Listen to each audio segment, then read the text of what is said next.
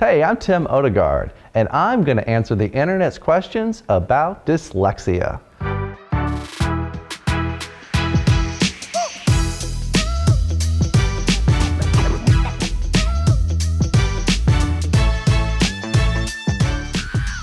So, what we've done is we've searched all the search terms and around dyslexia, and we've ranked them. As of today, what do we have? Number 1, does dyslexia go away? Hey, no, it doesn't. The neurobiological signature, as I've outlined in my research and many others, seems to be pretty persistent, although it can be remediated and you can turn on certain areas of the brain. However, my research, Dr. Lori Cutting's research, Fameka Have's research, Kim Pugh's research, all show some lingering neurobiological differences. More to the point, I'd like to say, also, those spelling problems that are really characteristic of dyslexia are really hard to remediate and seem to be very persistent. So, if you ask me, as an expert on dyslexia, does dyslexia go away? No. But can we make it better? Yes, we can. And how do we do that? With structural literacy interventions. Number 2 most searched question is, what is the double deficit form of dyslexia? Now, I had to put my thinking cap on this one because I was trying to think, what does the internet mean by double deficit? And trying to intuit what the internet means is always a perilous thing. But I think what you're referring to is my buddy Marianne Wolf's double deficit hypothesis. Now, this is based off of this idea that dyslexia is often associated with phonological processing differences. That would be how we process human speech sounds, how our oral systems in language work in the brain. And what Marianne's hypothesis is that some of us with dyslexia have a double deficit in both our ability to hear inside of spoken words, to hear the individual sounds that make them up, a phonological awareness deficit, and a rapid naming deficit. What's rapid naming, or RAN? It's actually a test, a neuropsychological test, in which you see objects that you know very well and you name them as rapidly as possible. Marianne, Martha Dinkel, and others have been looking at this rapid automatized naming deficit. And so Marianne has identified that those of us who have a double deficit in both PA, or phonological awareness, and RAN, rapid automatized naming, often present with more severe forms of word reading and spelling troubles, and are often more hard to remediate and get those back online for us. Number 3 is a hilarious one, actually. People want to know about Bella Thorne's new video or commercial on dyslexia. Not seen it. Bella's a dear. She helped out a buddy of mine, Will Baker, many years ago, back when she was Disney. She's part of our community, and whatever she's done, I support her as any member of our community. So hope that you see the commercial. Hope it's good, and I'm glad that she's out there using her voice to raise awareness about dyslexia. So on to another one. Number 4, is dyslexia a form of neurodivergence? The answer to that is yes. As I've been talking to recently, and the internet's been curious about, what is neurodiversity?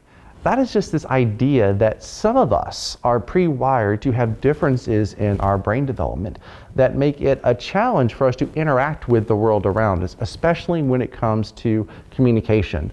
And of course, what is dyslexia? It is a difference in how we process written language, opposed to oral language, which just comes out of our ability to process often the internal speech sounds found in spoken words so that we link them into the written language forms. We map those sounds to letters to form the words. So neurodivergence is those of us from different communities. The autism community was the first one that we thought of when it came to neurodiversity.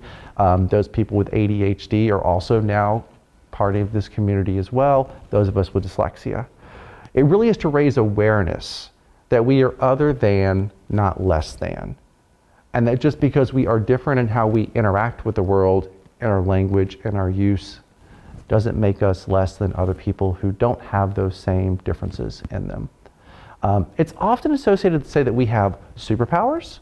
I like to play down the idea of superpowers and like to say that it does not limit us. Our neurodivergence may hold, for some point in the future, gifts that will unlock as a species, but as of right now, they're not superpowers that we can manifest and show to you today. However, it doesn't limit our ability to contribute as members of our society.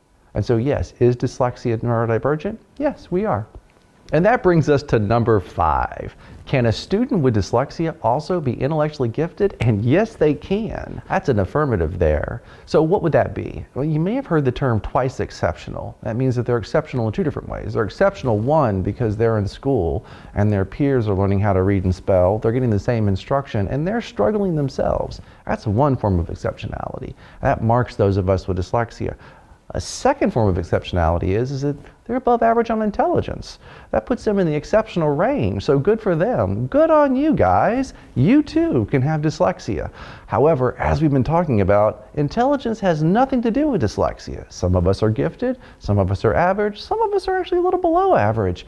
What the true exceptionalism for dyslexia is that we're really hard to teach how to read and spell. 6, the last one here. What are the signs of dyslexia in teens? Well, they could be the signs of dyslexia in young children, which would be difficulties reading and spelling very simple words. Normally in teens, however, they found ways to compensate and kind of fool you and kind of skirt under the radar. So what we'll see is that we'll often see slow and labored reading, which is also a sign in young children, but in teens, slow and labored reading. What do we also show signs of? Struggles reading big chunky words, those multisyllabic words. That's a sign of dyslexia in teens. What's another sign of dyslexia in teens? They're really bad at spelling, especially the big chunky words. So in teens, we're seeing them be slow and labored readers. We're seeing them have difficulties with reading and spelling big chunky words. Now, a secondary consequence could be is that they don't seem to know that much because they're not able to keep up with and read as well as their peers. So they might have deficits in their background knowledge, and they may not do as well on reading comprehension tests either. Well, thanks for your questions, Internet, about dyslexia. I hope I did a good job of answering for you, and keep curious.